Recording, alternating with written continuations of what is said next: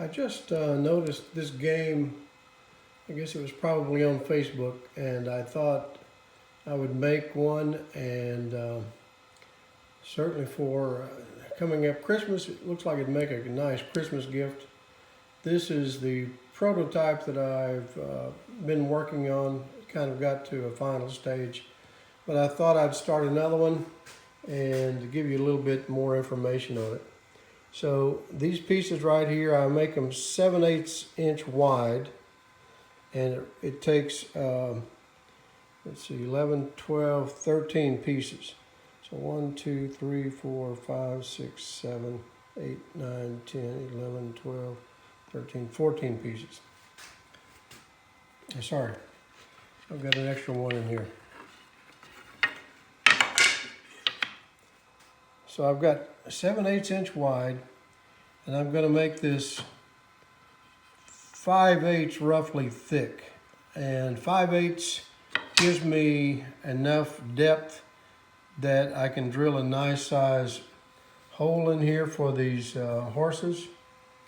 And it also is light enough that it's just not too heavy to for any little kid or anyone that wants to play the game to pick up. So the reason this is the field here. So these are the two walnuts are just the boundaries. So you start out with horse number 2, 3, 4, 5, 6, 7, 8, 9, 10, 11, and 12. All of these numbers correspond to dice. So you can roll a 2, you can roll a 3, all the way up to 12s would be a double 6, right? And so that's why you have the field of 11 in here. So anyway, I'm going to glue this up, and I've left it a little thick because once I get glued up, then I will plane it and sand it down to its final thickness. Okay, so now that my board is all glued up, I'm going to cut it to length of 24 inches. Okay, I've got it planed down now, and I wound up with roughly a 5/8, a little bit under 5/8 of an inch thick, which 5/8 inch to me was probably a good thickness, but this is still good because I can make about a 1/4 of an inch cut in here for the pegs to go into, so they'll still stand upright and still have a lot of room left over. But this does make it a lot lighter, so it's easier for children to pick up and use and to set out. So we'll move on to the next step. Okay, I thought I'd go over something that may be a little complicated. When you're rolling the dice, obviously it's harder to roll a 2 or a 12 because there's only one instance of those being rolled. So the one with the highest number or highest possibility, I think, is number 7. And so on your game piece, you have to make adjustments for that.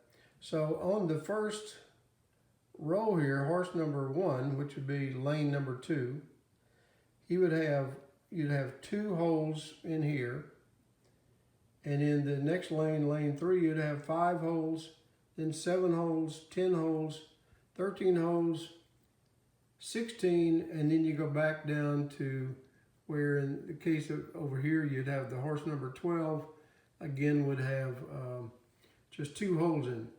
So one of the issues that might come up is, how do I evenly space out 5, 7, or 10, or 15, 13, or 15, 16 holes? So here's an old trick from some of the carpenters. What you do here is you can lay your ruler on one end. This is the starting line right here, the end of the starting line. Lay the ruler on there, and let's say I want to make 5 evenly spaced holes. So I would set the other end. Here's the finish line, but I don't want my last hole to be on the finish line, so I just marked it off about 1 inch. So I can take from 1 to 15, and if I divide 15 by 5, I'll come up with 3. So every third marker here then will give me 5 holes evenly spaced across the board. So I can mark those and then come over here, and on my line where I have 5, so that's lane number 2, then I would just mark a line across there where those 5 lines were. Okay, same thing with, let's say, the 7, which is lane number 3. So what I would do then is just move this to 14, and again this down here to, to the 1 position. So I've got 14 on here, okay, 1 on here at the start, and I would go every 2 spaces, so 2, 4, 6, 8, 10, so forth. You do that for 13, 16. You could obviously go from the starting point to 16 down here. Same thing, I think, with 13. If should work also, but that will give you the even space to cut your holes for the horses actually to set in. So hopefully that is clear and works for you. Okay, for my next step then, I'm going to cut in these markers here that set off these different sections of the prototype. So I have the lanes, and then this is the scratch area, then this is the starting gate, and down here then you have the finish line. And so these are 1/8 of an inch thick and 1/8 of an inch deep. So I'm going to cut those on my table saw using my sled. And I've just randomly measured these at 1.25 inches and take away 1/8 of an inch from the width of my saw blade. So we'll wind up with about 1 1/8 inch here on each of these different segments. Okay, I have my saw blade set up now for, this is an 1/8 of an inch depth here, this little gauge. And I've made the marks on my board. You can see them here. And so I'm going to make those cuts. Then I'll cut out the walnut pieces to fit in those, and we'll get to the next step. Okay, my markers are cut. So I'm just going to lay these in here and glue them in then. And I'll take a card scraper and I'll scrape them down to where they're even with the board, and we can get on to drilling the holes for the different positions on the track. Okay guys, I'm cutting the holes in the field now of the game. I'm using a 7/32 inch bit, and this little post right here is 3/16. So particularly in this cherry, it seems to have made the holes a little bit bigger than I would like, but at least the it's holding them. I made these 1/4 inch deep, and I just have a fence set up here where I can use the fence and I can get all my holes evenly spaced side to side. And then I've got, obviously I have the marks for each of the for the drill holes. So just wanted to show you that. I might, I guess a 13/64. I tried that. I found that made it a little bit difficult to put this 3/16 inch post in, but I'm afraid without going deeper into the board, and I could have done that. I could have gone maybe 5/16 instead of 1/4, that maybe that would cause this, would keep this, I guess, from being so loose in here. If you remember though, my board here was a little bit less than 5/8.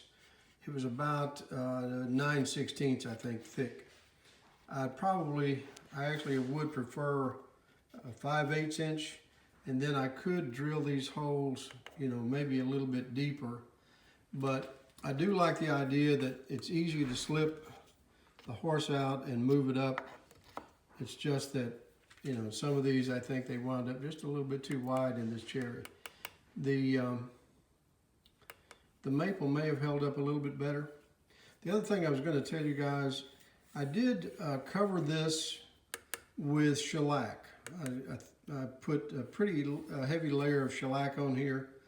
I sanded that down, and mainly it was to give the wood a little bit of an integrity, so when I drilled my holes there wouldn't be much of a tear out.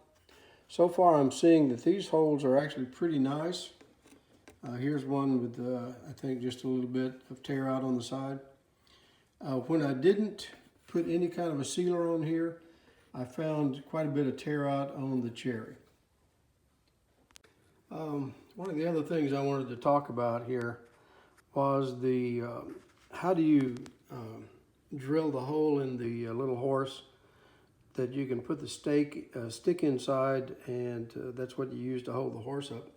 So what I have here then, this horse is 1/4 inch thick, and so I'm using a 3/16 inch bit to drill the hole in here, because that's the size of my dowels that I made, and I handmade those.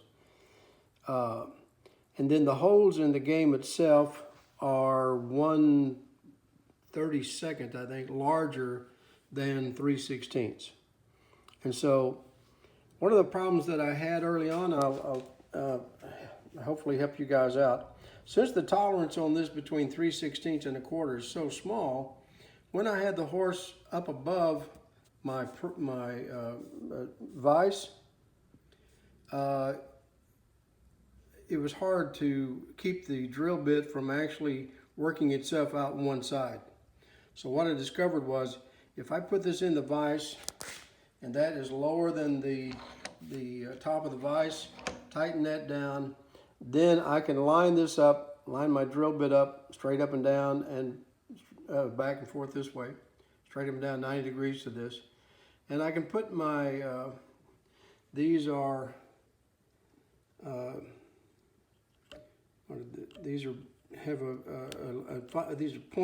have a point on this drill bit, and so you can easily just stick that into the wood and then align your drill and make the hole.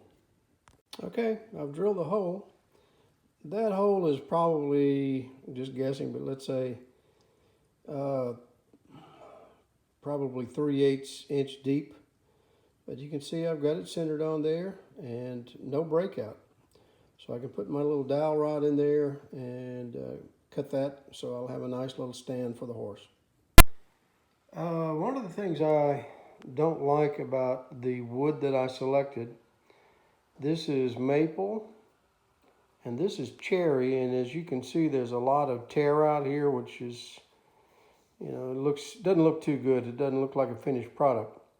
But I was looking online at some of the games, and I saw that they had these little metal eyelets, and so I looked up online, and I just went to Michael's and was able to pick up these grommets.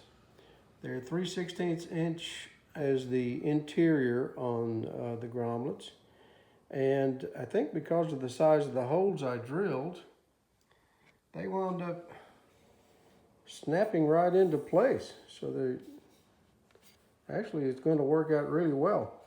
Obviously that would be one option when you make this game piece. The other option is to just leave it like it is, or change woods. This was soft maple and cherry. If you used hard maple, and you might get a better result with a another wood beside the cherry, or a real dense cherry of some kind. Anyway, we're proceeding on. So I'm about to wrap up the game piece.